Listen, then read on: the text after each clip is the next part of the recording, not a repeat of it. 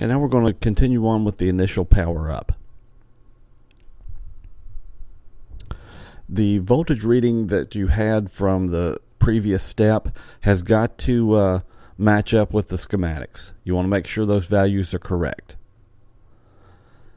If they are, go ahead and put in the rectifier tube. That's the only tube you want to put in right now, just the rectifier tube.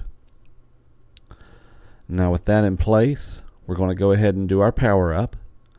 And you want to leave the amp running for a while and just feel the transformers. Make sure they're not overheating. If you do get the sense that they're starting to really warm up, also test the rectifier tube that you can see here. If any of that starts to feel hot, shut the amp down immediately. You can also see that we are going to take some readings here as well. Note that you need to do this one hand only.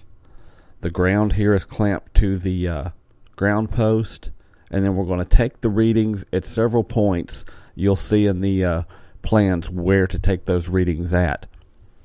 And you should make sure these readings all match up with the schematics.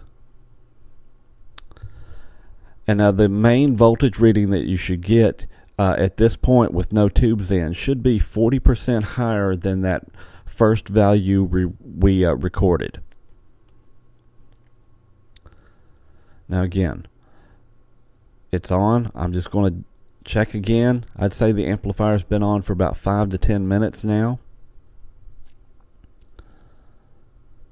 Just make sure nothing's getting hot here. Very critical that you do that. And then go ahead and power down the amp as we've done before and allow all the capacitors to discharge.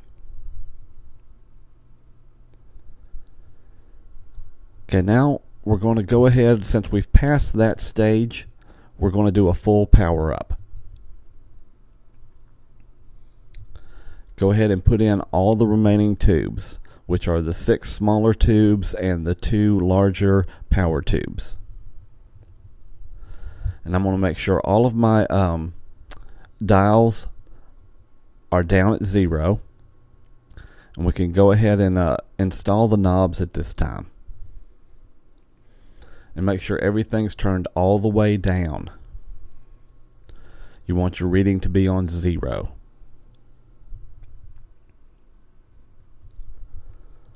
Okay, we've also taken our speaker jack and twisted 2 wires together here. Made it long enough that it'll work on the amplifier and that you can move it around. And with this, I'm just using a cheap speaker, one that I just had laying around the house. You don't want to use anything expensive here. Definitely do not use the speakers you intend to put in the amplifier. You want something cheap that you can just plug in and make sure the amp's making noise at this time.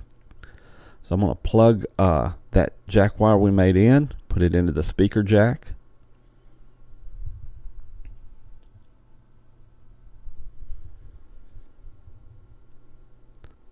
And then we're going to go ahead and turn the amp on.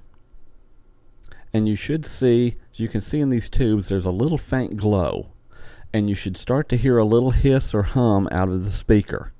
Any kind of loud, abnormal noise, and turn the amp off. Double check all your connections. Something's wrong. If everything else is good, we can continue on.